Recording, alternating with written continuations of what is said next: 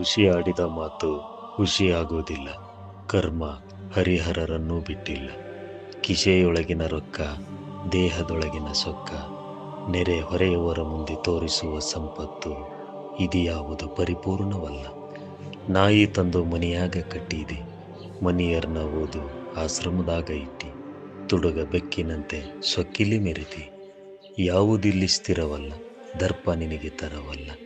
ನಿನ್ನ ಶರೀರ ನಿದ್ರೆಗೆ ಜಾರಿದಾಗ ನಿನ್ನ ಚರಿತ್ರೆ ಪುಟ ಬರೆಯುವುದಲ್ಲ.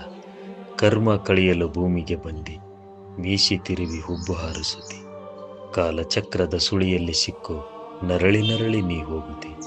ನೀ ಎಲ್ಲಿಂದ ಬಂದಿ ಅಲ್ಲಿಗೆ ಹೋಗಲು ರೊಕ್ಕ ಸೊಕ್ಕ ದರ್ಪ ಬರುವುದಿಲ್ಲ, ಧನ ಕನಕ ಕೂಡ ಬರುವುದಿಲ್ಲ.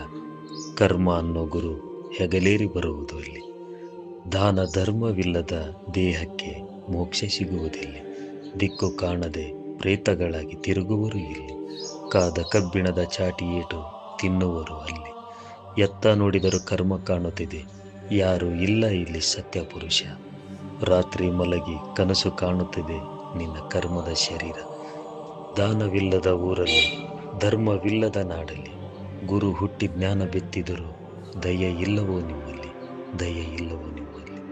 ಜ್ಞಾನ ನೇತ್ರ ಶಿವಯೋಗಿ ರಚಿಸಿದ ರತ್ನಗಂಬಳಿಯ ಹೂಬಳ್ಳಿ, ಗುರುನಾಥನ ಪಾದ ಎರೆಗೆ ಹೃದಯ ಸೇರಿತೋ ಶಿವನಲ್ಲಿ. ಋಷಿಯಾಡಿದ ಮಾತು ಖುಷಿಯಾಗುವುದಿಲ್ಲ. ಕರ್ಮ ಹರಿಹರರನ್ನೂ ಬಿಟ್ಟಿಲ್ಲ.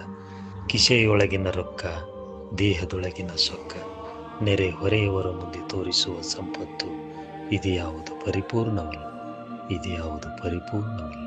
ಧನ್ಯವಾದ.